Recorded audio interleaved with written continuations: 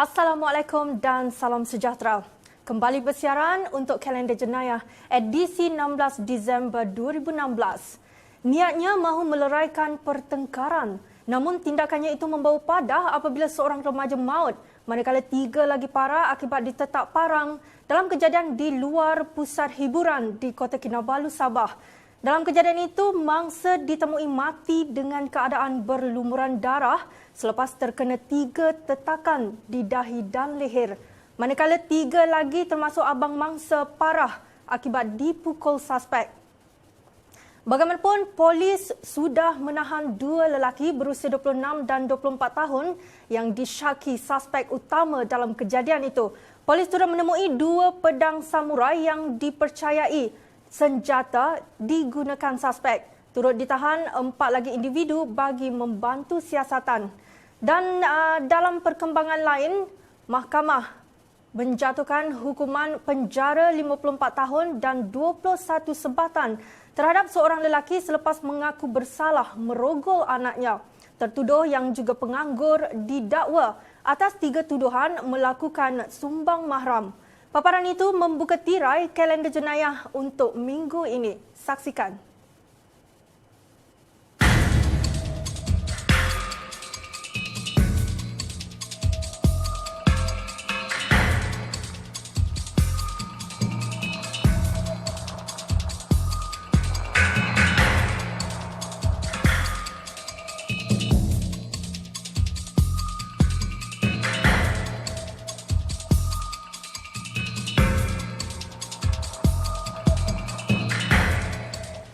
Bapa dijatuhi hukuman penjara selama 54 tahun dan 21 sebatan di Mahkamah Session Kuching kerana melakukan sumbang mahram terhadap anaknya November lalu.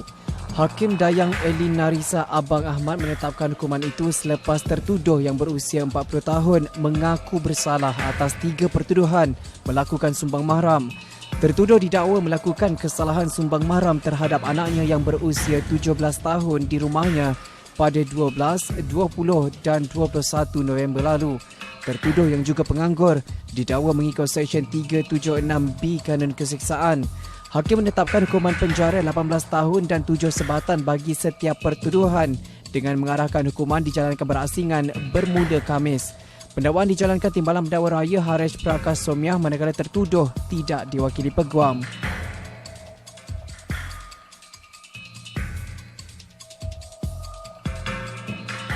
Seramai 48 daripada 53 pendatang asing tanpa izin parti dipenjara antara 1 hingga 6 bulan selepas mengaku bersalah kerana pelbagai kesalahan di Mahkamah Session Butterworth.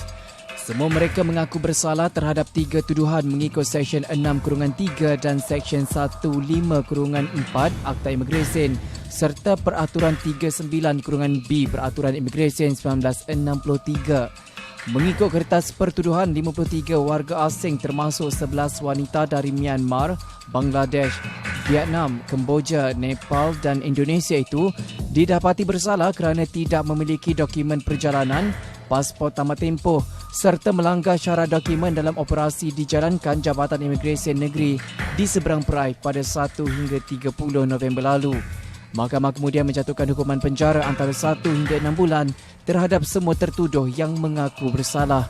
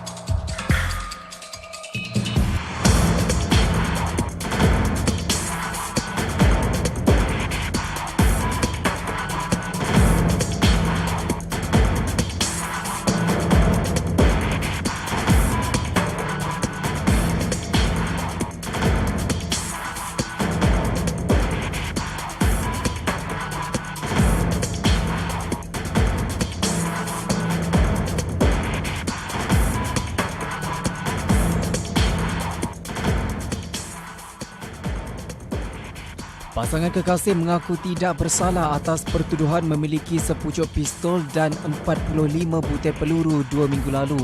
Tertuduh Chun Yip Guan dan pasangannya Goh Kah Lee didakwa mengikut Seksyen 8 Akta Senjata Api, penalti lebih berat 1971. Jika sampai kesalahan, boleh dihukum penjara maksimum 14 tahun dan sebatan tidak kurang 6 kali. Pasangan itu turut didakwa memiliki 45 butir peluru tanpa lesen atau permit yang sah. Jika sampai kesalahan, boleh dihukum mengikut Seksyen 8(A) Akta Senjata Api 1960, iaitu penjara maksimum 7 tahun atau denda sehingga RM10,000 atau kedua-duanya sekali.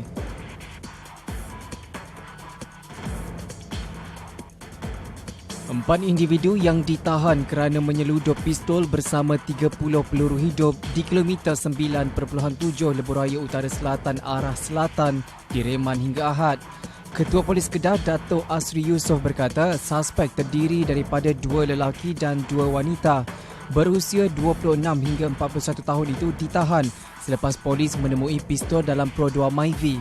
Menurutnya, siasatan mendapati seorang daripada wanita terbabit yang juga isteri kepada pemandu Pro 2 Myvi itu adalah anggota polis. 2 lagi individu ditahan dalam kereta jenis BMW dengan suspek lelaki adalah sepupu kepada suami anggota polis terbabit. Ujian air kencing mendapati kedua-dua lelaki terbabit positif syabu serta memiliki rekod jenayah lampau. Pasangan kekasih dihukum gantung sampai mati oleh Mahkamah Tinggi selepas didapati bersalah mengedar 385.1 gram dadah 2 tahun lalu. Hakim Datuk Muhammad Sofian Abdul Razak menjatuhkan hukuman itu selepas mendapati pihak pembelaan gagal menimbulkan keraguan munasabah pada akhir kes pendakwaan. P. Krishnan Murthy dan S. Gayatri masing-masing berusia 31 tahun didakwa terhadap 2 tuduhan mengedar campuran heroin dan monoacetylmorphine dengan berat bersih 272.14 gram serta 112.96 gram metafetamin. Dalam penghakimannya, Muhammad Sofian berkata keterangan pada kes pembelaan bahawa dadah ditemui di rumah sewa tertuduh milik seorang lelaki dikenali sebagai Gunalan hanya penafian semata-mata. Krishnan Murthy sebelum ini bekerja kilang manakala Gayatri adalah pendandan rambut.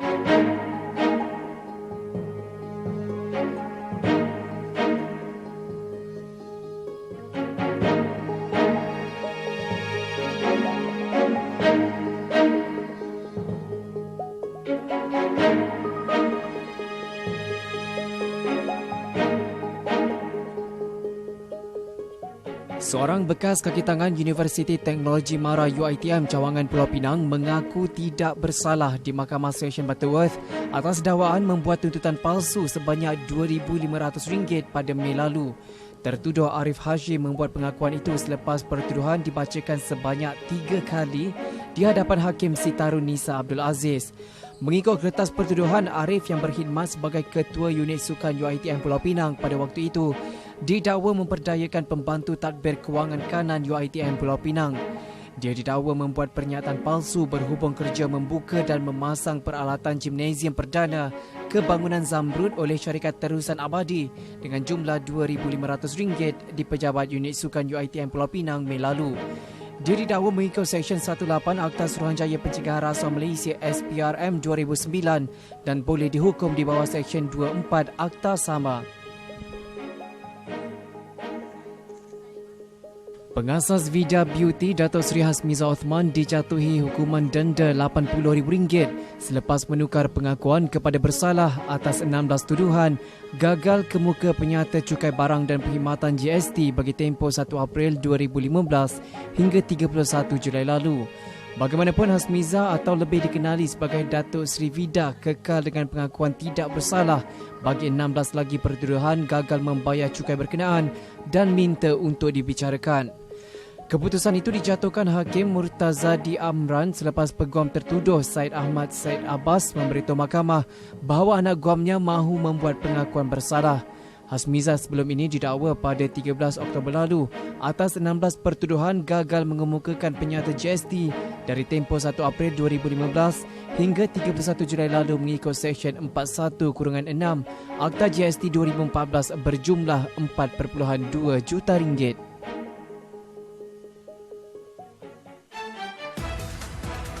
Lelaki warga Thailand dipenjara 5 tahun oleh Mahkamah Tinggi Kangar selepas mengaku bersalah terhadap tuduhan menyeludup migran di Wang Kelian antara 2014 dan 2015. Biau Wong Chumpo, 45 tahun, didapati menyeludup migran warga Bangladesh Mati Fajir Hussein pada jam 1.30 pagi antara Oktober 2014 dan 2 Mei 2015 di Bukit Genteng Perah dan Bukit Wang Burma, Wang Kelian. Pesuruhjaya Kehakiman Abu Bakar Khatar memerintahkan hukuman penjara itu bermula dari tarikh tertuduh ditangkap pada 13 Mac tahun lalu. Sebelum itu, Biau yang memakai baju penjara berwarna hijau tidak menunjukkan sebarang reaksi ketika membuat rayuan dalam bahasa Thai. Bapa tunggal itu merayu supaya hukuman penjaranya dikurangkan kerana mempunyai 5 anak yang kini dijaga ibu mentuanya. Tertuduh yang tidak diwakili peguam mengaku bersalah selepas saksi yang juga mangsa kejadian Mati Fajir mengecamnya sebagai individu yang bertanggungjawab menyeludupnya ketika proses perbicaraan.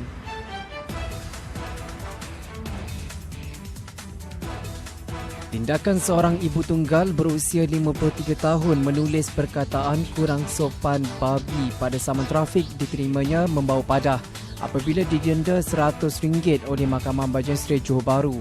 Majistret Muhammad Azlan Shah Muhammad Alias menjatuhkan hukuman itu selepas mengambil kira pengakuan bersalah tertuduh Tan Yoh Pung mengikut Seksyen 14 Akta Kesalahan-Kesalahan Kecil 1955.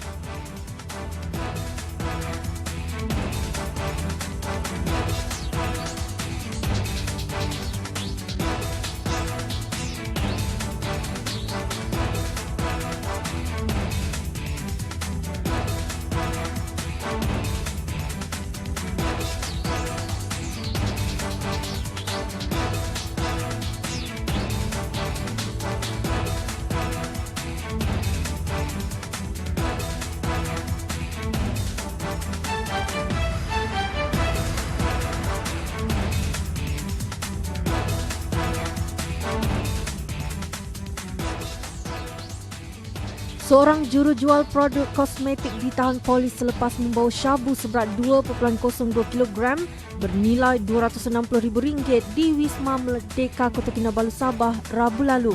Dalam kejadian 1.30 hari itu, ibu 2 anak berusia 34 tahun itu diberkas anggota bahagian siasatan jenayah narkotik, ibu pejabat polis daerah Kota Kinabalu yang mendapat maklumat berkaitan aktiviti pengedaran dadah. Ketua Polis Daerah Kota Kinabalu, Asisten Komisioner M. Chandra berkata, wanita itu dipercayai dalam perjalanan menghantar bungkusan itu kepada individu yang menunggunya di jeti Tunku Abdul Rahman. Katanya sebaik menyedari kehadiran polis, suspek bertindak membuang bungkusan itu di jalan raya sebelum cuba melarikan diri. Seorang lelaki warga Myanmar dicekuk polis dipercayai mendalangi 6 kes samun dan rompak di daerah Seremban bersama 3 rakan lain yang masih bebas minggu lalu. Ketua Polis Daerah Seremban, Asisten Komisioner Tiew Hock Poh berkata, suspek berusia 28 tahun itu ditahan di sebuah rumah di Taman Tasik Jaya pada 9.50 malam. Siasatan mendapati suspek dan rakan merompak sebuah kedai kek di Rahang, Taska di Taman Saga dan sebuah kedai perabot di Ampangan. Katanya mereka turut melakukan samun bersenjata masing-masing di sebuah rumah di Ampangan Jaya, Jalan Datuk Kelana Makmur dan Bukit Ampangan.